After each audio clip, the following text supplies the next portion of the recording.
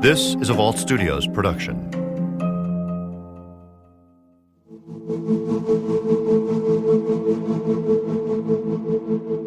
On April the 11th, 2017, approximately a little bit after midnight, our third shift officers received a report of a juvenile that had gone missing.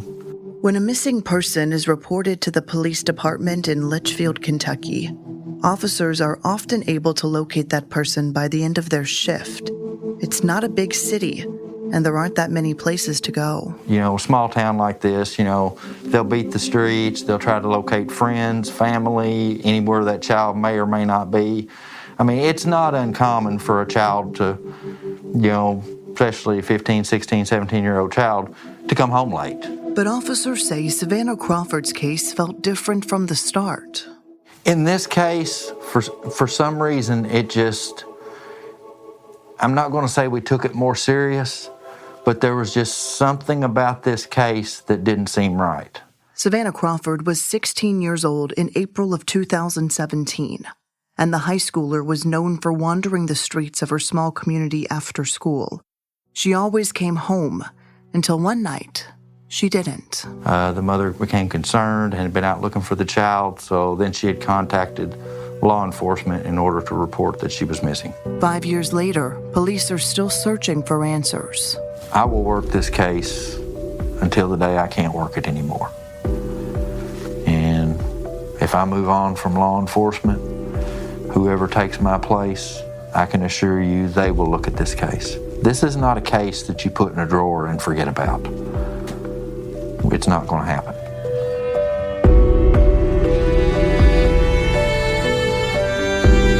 My name is Shay McAlister. And I'm Madison Wade. We're both journalists, and for years we've been covering unsolved cases on TV, talking to investigators and families of victims, all pushing for answers. Cases we haven't forgotten and still want to see solved. This is Beyond Bardstown, Unsolved. Let Tend Dental make your dream smile a reality. We offer a variety of top-rated treatments, including Invisalign aligners. And for a limited time, Tend is offering $750 off orthodontic treatments. Offer valid through January 31st, so don't wait. Visit hellotend.com/sale. That's hellotend.com/sale. And book your free consult today. Today, we're looking at a case that started as a missing person investigation, but took a tragic turn. Shay, let's start by talking about the victim. What did you learn about Savanna Crawford while covering this case? So Savanna was 16 years old when she went missing. She was petite with long hair. We actually have a lot of pictures of her, but her hair's different colors in all of them.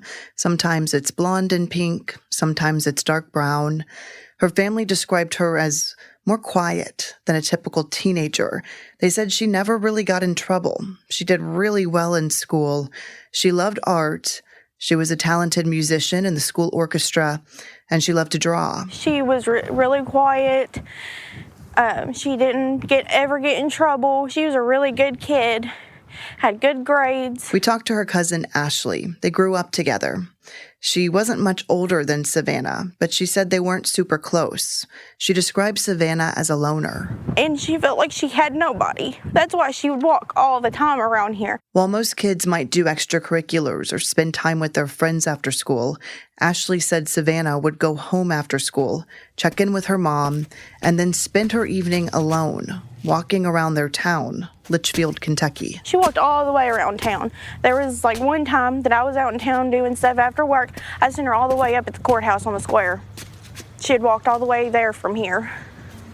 It's because she felt like she didn't have nobody to talk to. What is Leitchfield like? Did you get a chance to spend some time there? Yes, we did. It's about an hour and 15 minutes south of Louisville, and it's incredibly rural, with a small downtown area, all family-owned businesses. There's a small police department, and then a little post office. There is also a town center where all of the mom and pop shops operate around, and then there's some apartment housing right behind that, and that's where Savanna lived. It's very small, so it's not surprising that she would walk the area and people would notice her. We're not talking about a busy, bustling downtown, but more of a spot where locals go just to get the things they need. So people in town would have known Savanna pretty well. They were used to seeing her walking around by herself at night. Yes, that was her routine, every day right after school. She'd put in her headphones and head out the door. Police told us that she would walk several miles at night, and typically around the same area. And the last night that she was seen alive, that's exactly what she did. Her cousin Ashley actually took us to the apartment where Savanna lived. She lived there with her mom. And then Ashley showed us the path that Savanna left on. This is the door that she had come out of, and she had walked up the sidewalk, and they had caught her on surveillance walking off of the sidewalk, and that was the last time that she was seen. Shay, have you seen that surveillance video? Yes, you can see Savanna looking down at her phone. She's wearing a beanie, t-shirt, sweatpants, and that's the last sighting in April of 2017. She had checked in with her mom, just like she did after school, and then she left the apartment they lived in together. The image we have from the surveillance video was captured right outside of the apartment. No one else reported seeing her that night. There was no other video of her from businesses or homes around the town. What happened that night after Savanna did not come home? Well, her mom went out looking for her. She says she drove Savanna's normal route. She stopped at places Savanna would normally pass, and she asked if anyone had seen her. Nobody had. So around midnight, she called 911 and reported Savanna missing. This was in the middle of the night shift for officers, and police told us it wasn't totally unusual to get a call of a missing teenager in the middle of the night, but they did start to look for her. They were expecting to find her and have the case wrapped up pretty soon. Detective Kevin Smith would be the lead on this investigation, and when he got in the next morning, he was filled in on what had happened overnight. The mother had last seen the juvenile at approximately 7 o'clock the previous night. Whenever the child didn't come home as she normally would, the mother became concerned and had been out looking for the child, so then she had contacted law enforcement in order to report that she was missing. Our officers, whenever the call came in, we knew the child. I mean, that's one of the good things about working in a small community. Detective Smith said the patrol officers recognized Savanna's name and the description, so they knew exactly who they were looking for. We knew this child. We knew what she looked like. We knew some of the places that she would frequent, and so officers went and checked all of those places and everything without any avail. But they couldn't find her. They searched for hours, literally, from that midnight 911 call until the morning shift came in at 7 in the morning. Savanna was nowhere to be found. Right around that time, Detective Smith got into the office, and the concern level started to rise. Most of the time, we can usually find them by the time this shift, is over. This was a little bit different.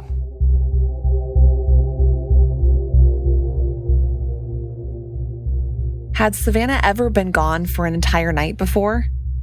At this point, were police maybe thinking she'd just run away?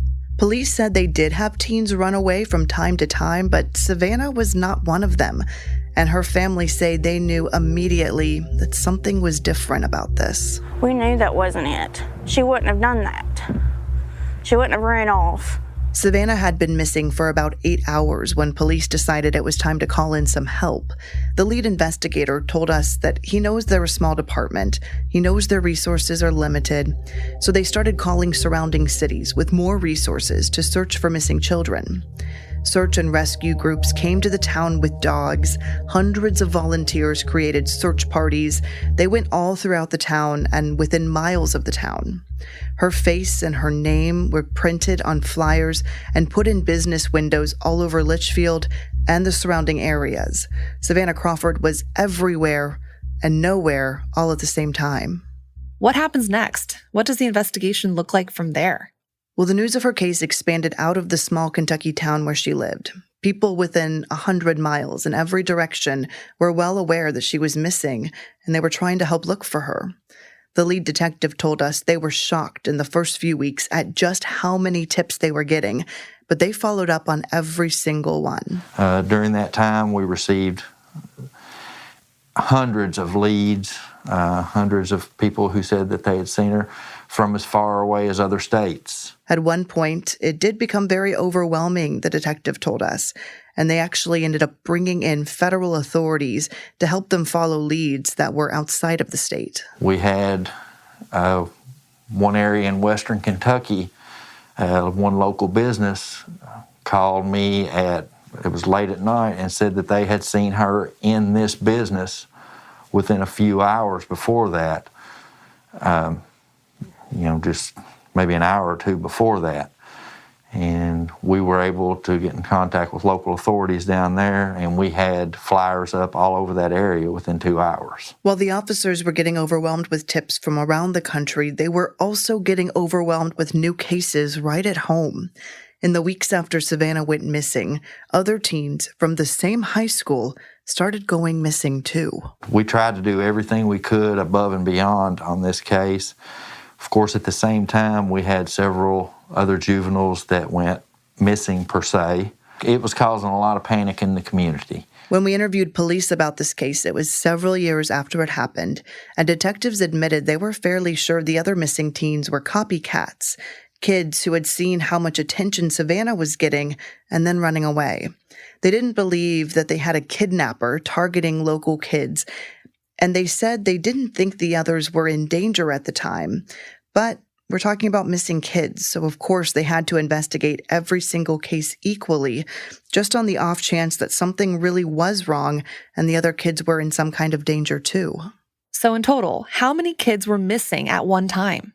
At one point, 3 other teens were missing. They were all around the same age of Savanna, and they were all from that same small town. It caused a lot of issues, with trying to investigate, this case.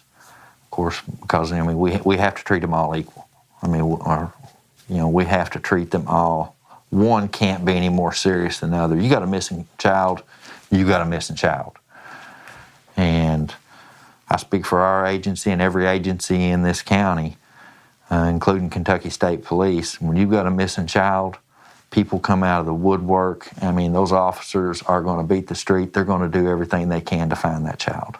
While police detectives worked around the clock to find the now 4 missing teens, the local prosecutor and the judge got to work on some action of their own. They passed a local ordinance aimed at adults that were helping kids hide from police. Detectives told us they did this because they were fairly certain the 3 teens reported missing after Savanna were all still in town and that there were adults who knew where they were. So under this new ordinance, if an adult was caught with one of the missing teens, it would be considered a crime. And the adult would have to be cited and charged. They would have to show up in court. The detectives said they were spending a lot of time on these cases when they didn't believe there was any true danger. So they were trying to bring some accountability to the adults. Did that effort work? Were police able to find any of these other missing teens? Actually, yes. All of the other children that had been listed as missing ended up they were runaways. The detective told us 2 of the missing teens were hiding out together at a family member's home, and that family member was older and didn't quite understand what was happening, but she was still charged and brought into court. It sent a message that they weren't going to be lenient, and it worked. We don't have details on the 3rd missing teen, but we do know they were all found safe, so the detectives were able to refocus their attention on Savanna's case completely, and then not long after that, they made a discovery.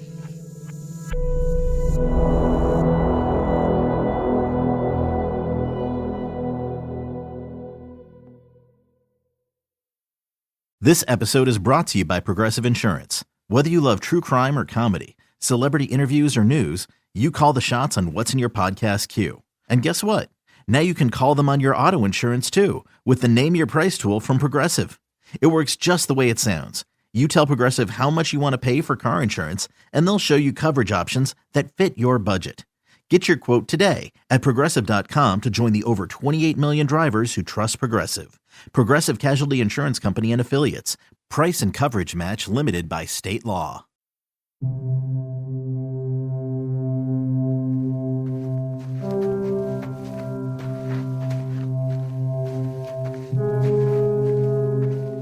About 60 days after Savanna Crawford was first reported missing, detectives received a call from a neighboring county. In the scene, it took us a little bit to get there. It wasn't an easy access road by any means. We had to go through someone's property, onto their driveway, down the embankment, and it's tall grass. It hadn't been mowed. And I just remember it being very hot that day. Very hot. Hardin County Deputy Coroner Shayna Norton was one of the first to respond to the scene, a bridge where a father and son had been fishing and spotted something down below. So on that day, there were two gentlemen walking across the no-limb bridge on Highway 84, and they happened to just look over the edge of the bridge and saw skeletal remains. And so that's who initiated the 911 call. And at the time, the sheriff's office responded, and once they got there to the scene and realized, that it was actually human remains, then they had called the coroner's office. It was the body of a girl. And at first, we knew we didn't have any missing people in Hardin County, so we had to reach out to the surrounding counties to see if they had missing persons. And actually, when we contacted the Leitchfield Police Department, they had a missing female that was missing from April.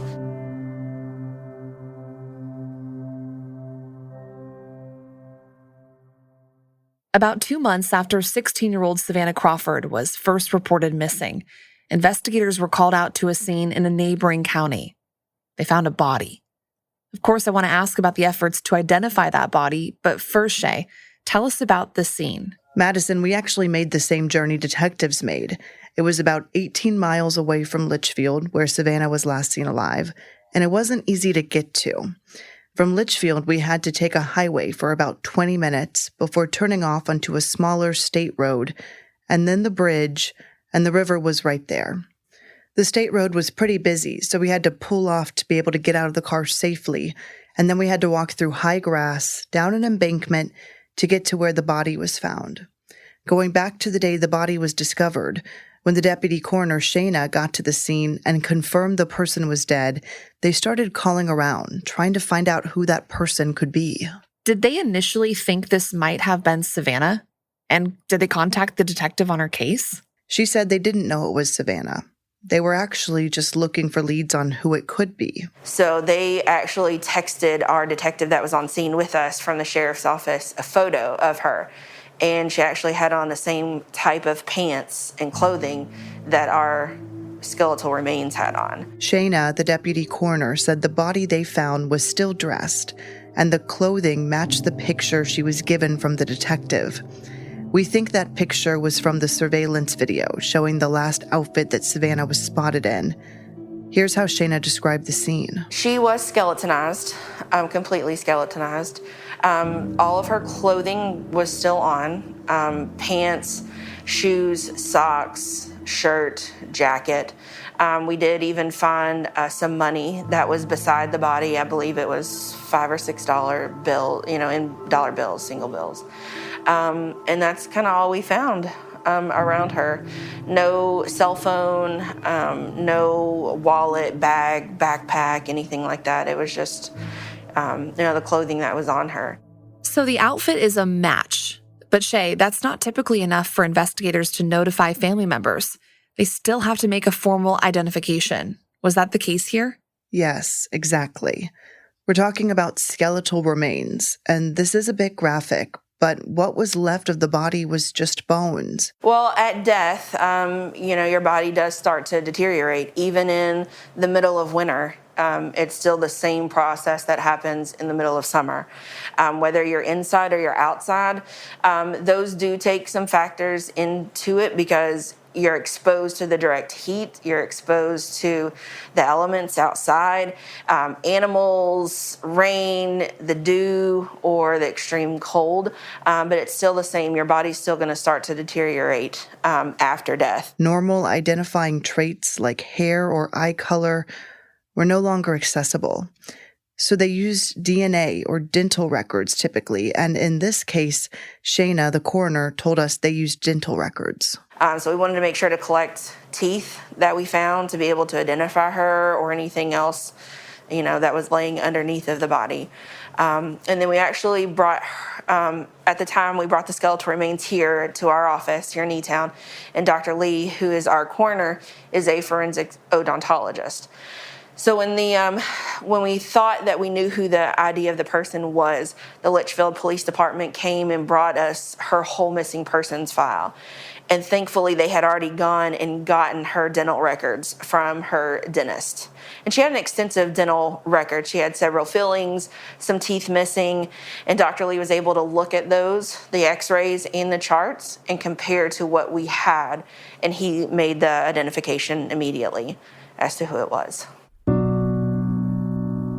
Pretty soon after the remains were found, Savanna was positively identified. So detectives had 2 tough jobs ahead of them. They had to find out how she died, but first, they had to tell her family. Detective Smith said that was a really difficult conversation. It's always bad to deliver a death notification. When you do it for a child, it's one of the worst things you'll do in law enforcement. We worked so hard. We did everything that we knew to do. We asked for outside help. We did everything. I feel like I did everything I could to find this child. And for it to end the way it did,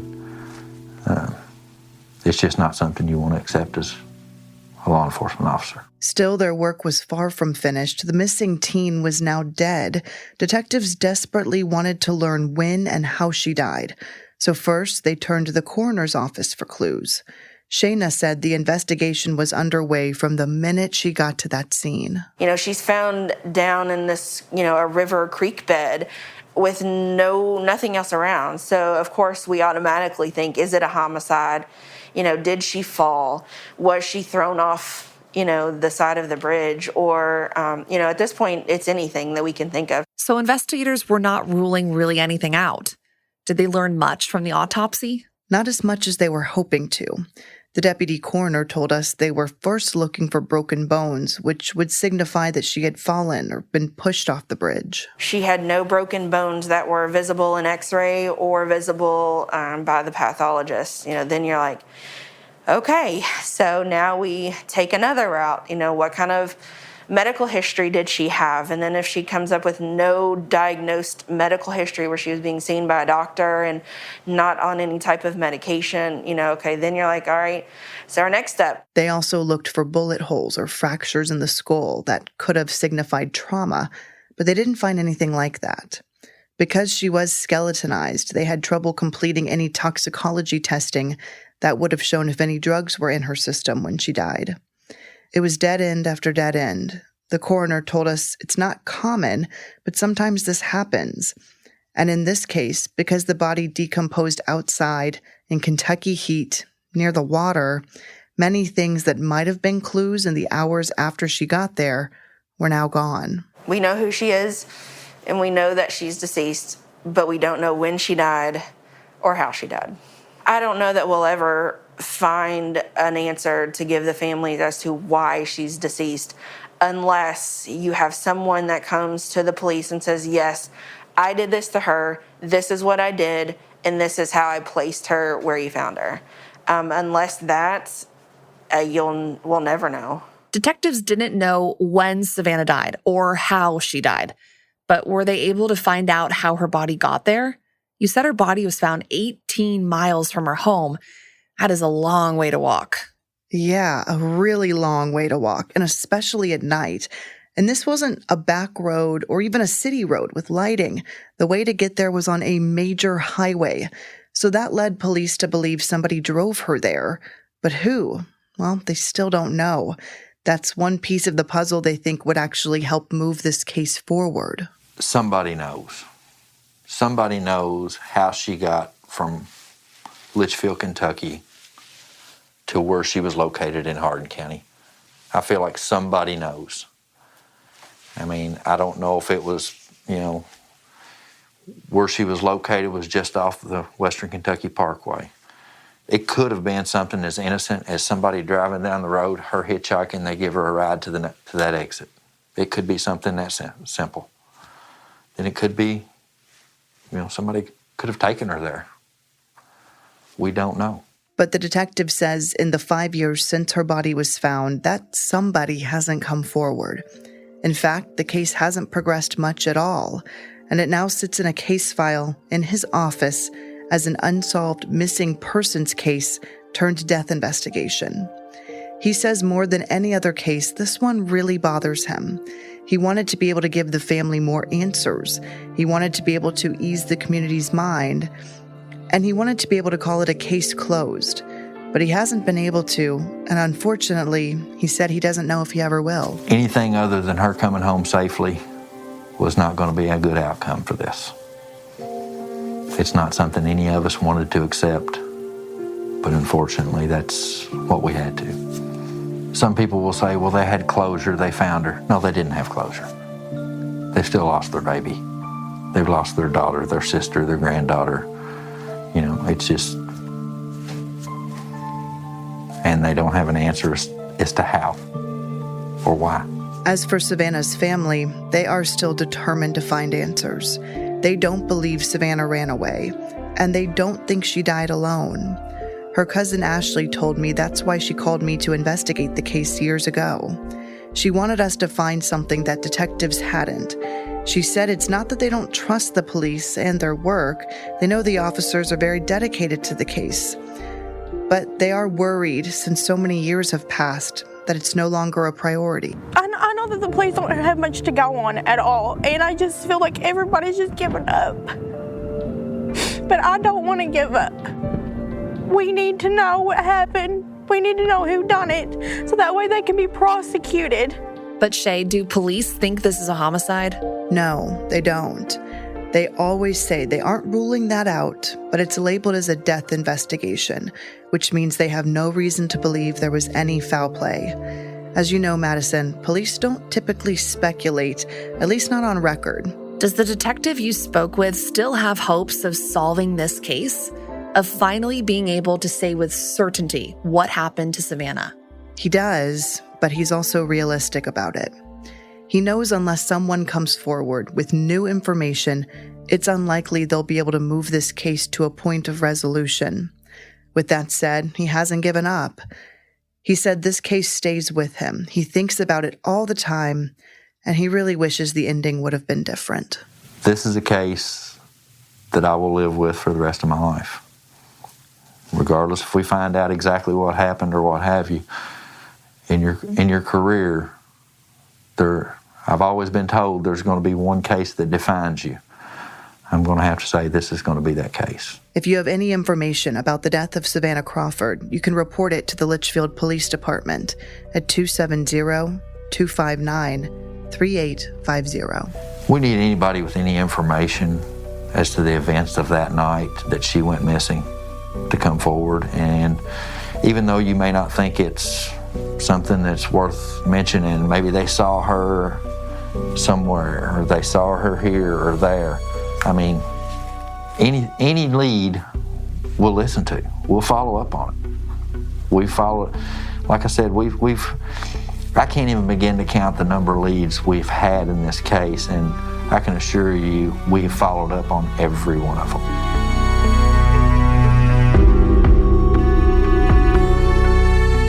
Beyond Bardstown Unsolved is a production of Vault Studios in partnership with King 5 in Seattle, WHAS 11 in Louisville, and ABC 10 in Sacramento. Make sure you don't miss any future episodes by following or subscribing to the show wherever you're listening right now. And to talk about these cases with other listeners, be sure to join our Facebook group, Unsolved Insiders. Beyond Bardstown Unsolved is hosted by me, Shay McAlister, and King 5 anchor and reporter Madison Wade. Our producer is Reed Redman, and our executive producers are Will Johnson and Brian Weiss. Thanks also to investigative journalist Andrea Ash. Audio mixing is done by Richard Humphreys at Tacoma Media in Silver Spring, Maryland.